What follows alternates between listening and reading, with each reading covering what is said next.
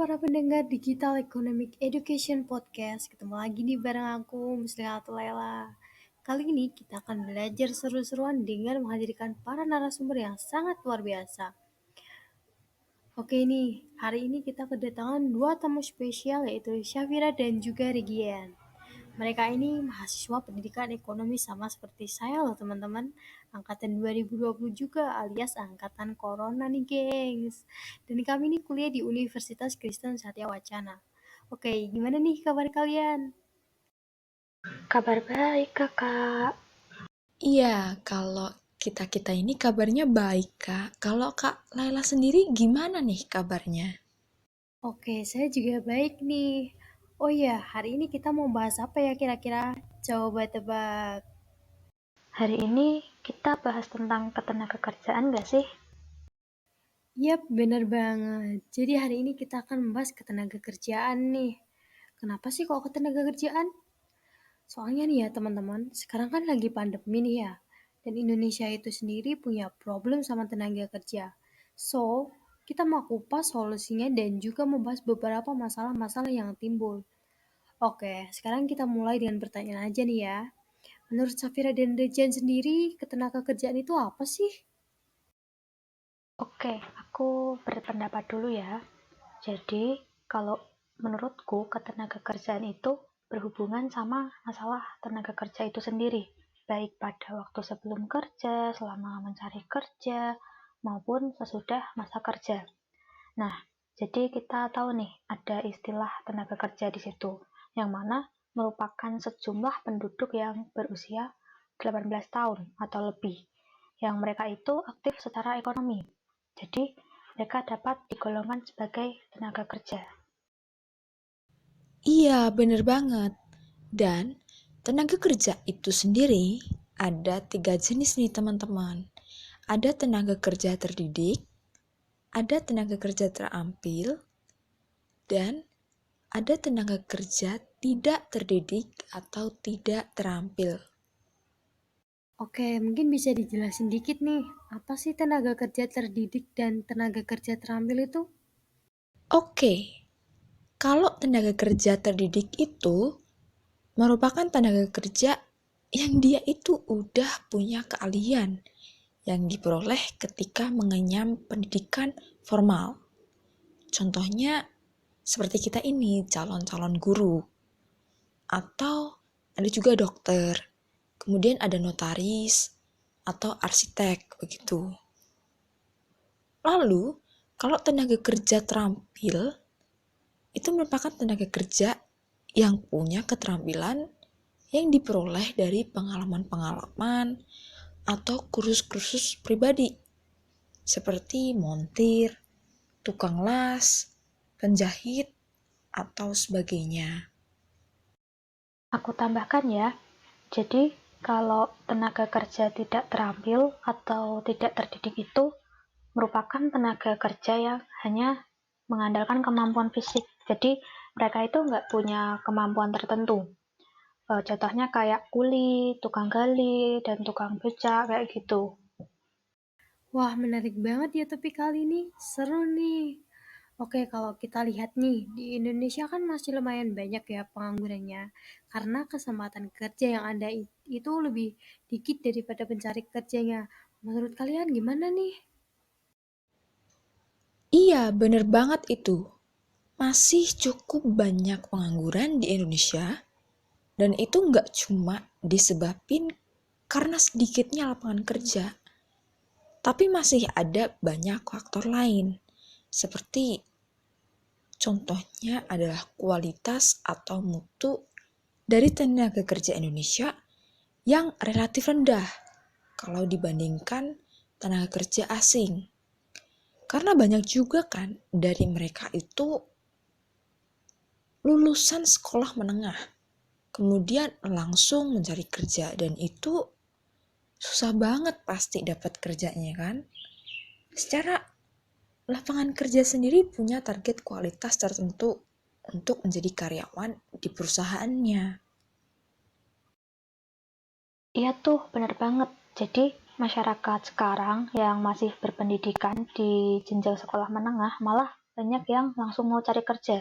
Tapi kebanyakan dari mereka itu punya beberapa alasan, kayak kurangnya perekonomian keluarga, sehingga mereka itu nggak bisa ngelanjutin pendidikan begitu. Terus juga ada yang mau dapat duit sendiri, ada juga yang udah bosan belajar gitu kan. Jadi mereka lebih memilih untuk bekerja aja gitu. Iya, setuju banget aku sama pendapat kalian. Tapi aku juga pernah denger nih, kalau upah yang diterima tenaga kerja dari lulusan sekolah menengah itu nggak seberapa loh. Tapi mereka juga tetap ya mau kerja. Udah gitu dapat pekerjaannya yang susah lagi. Oke, kalau gitu sekarang kita buat solusi nih gimana ngatasin masalah ketenaga kerjaan satu ini. Wah, kalau bahas upah itu luas banget ya Kak Layla. Betul. Bahkan kadang-kadang nih ya, upah itu menjadi standar dalam mencari pekerjaan loh, Kak. Oh ya? Seperti apa itu? Jadi dalam pemberian upah tenaga kerja itu, pemerintah menerapkan sistem upah minimum. Nah, upah minimum ini kalau bahasa trennya kita sekarang itu UMR ya. Jadi UMR itu diberikan agar para pekerja dapat mempertahankan kesejahteraan dan kehidupan yang layak, sehingga mereka tidak hidup di bawah garis kemiskinan gitu. Jadi zaman sekarang itu kan apa-apa serba mahal ya. Nah, sebisa mungkin kondisi keuangan itu dapat mencukupi kebutuhan sehari-hari gitu. Betul sekali, Besti. Sekarang itu apa-apa serba mahal. Mahasiswa seperti kita juga butuh logistik untuk beli kuota dan skincare, begitu ya, Kak. Apalagi untuk pekerja yang sudah berkeluarga, maka kebutuhannya akan jauh lebih banyak. Betul, Kak. Skincare dan kuota itu sekarang sudah menjadi kebutuhan primer mahasiswi-mahasiswi Indonesia. Untuk menjadi catatan tambahan, Kak. Jadi, upah UMR di setiap daerah itu bisa berbeda-beda, tergantung faktor-faktor yang mempengaruhi. Salah satu faktor itu karena adanya perbedaan tingkat pendidikan dan adanya perbedaan pendapatan daerah. Contohnya nih ya, seperti UMR Jogja dan UMR Jakarta. Itu pasti akan berbeda, Kak.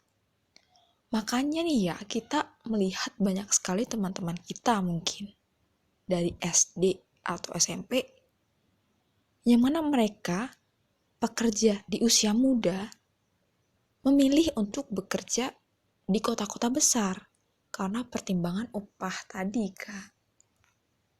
Oh, berarti upah ini merupakan hal yang sangat krusial banget bagi pekerja ya, teman-teman. Baik, yang terakhir nih, dari sumber dan pengalaman yang aku dapat, sebenarnya pemerintah dan masyarakat itu juga telah melakukan berbagai cara untuk keluar dari problem ini dengan cara memperluas kesempatan kerja. Jadi bagaimana? Apakah dari Syafira dan Regian juga merasakan upaya perluasan kesempatan kerja itu?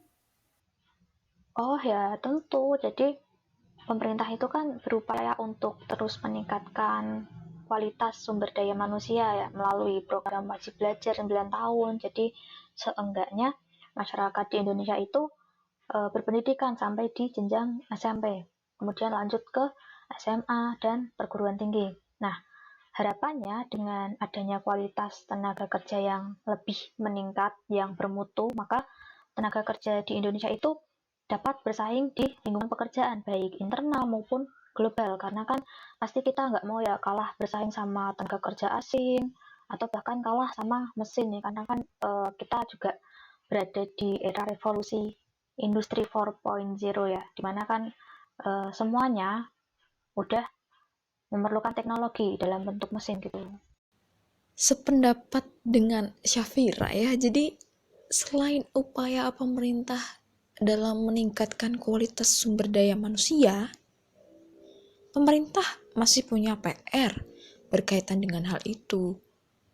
Karena akan sulit juga ya apabila kualitas SDM itu sudah baik, kuantitas SDA itu sudah memadai, tetapi tidak adanya lapangan pekerjaan yang terbuka. Sehingga di sini peran pemerintah itu dapat memberikan berbagai macam usaha industri, usaha agraris, jasa maupun perdagangan yang mampu menyerap tenaga kerja. Oke, sebelum kita menutup podcast kali ini, aku mau tanya nih sama kalian. Gimana sih harapan kerja di masa depan? Oke, kalau harapan kerja di masa depan dari aku tuh di Indonesia ya khususnya dapat memiliki banyak kesempatan kerja.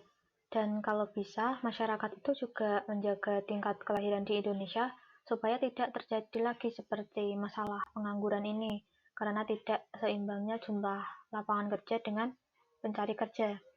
Selain itu juga kualitas dari tenaga kerja Indonesia itu harus semakin ditingkatkan dan juga disesuaikan dengan bidang keahlian tenaga kerja itu sendiri.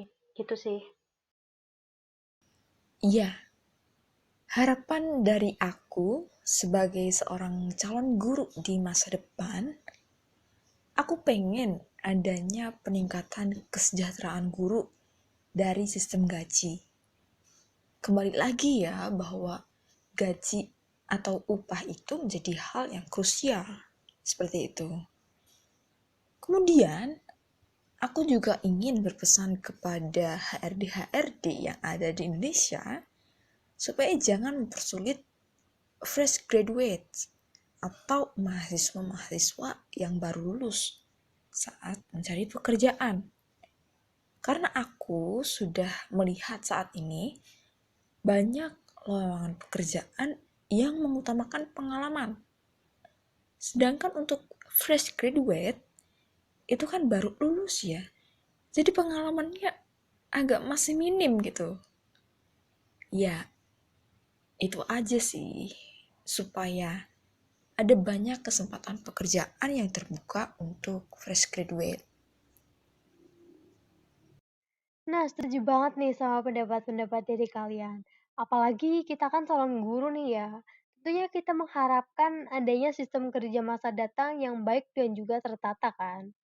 Apalagi yang dibilang Regian itu juga benar. Para HRD lebih baik jangan mempersulit fresh graduate deh untuk mencari pekerjaan.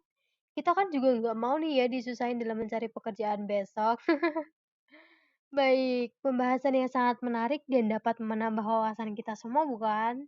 Jadi, kesimpulannya adalah diperlukan kerjasama yang kooperatif antara pemerintah dan juga masyarakat dalam mengatasi segala problema ini. Sekali lagi saya ucapkan terima kasih kepada narasumber yang luar biasa dan juga pembawa acara yang tak kalah luar biasa pada hari ini. Saya Muslihatul Laila, see you in the next podcast. Bye-bye.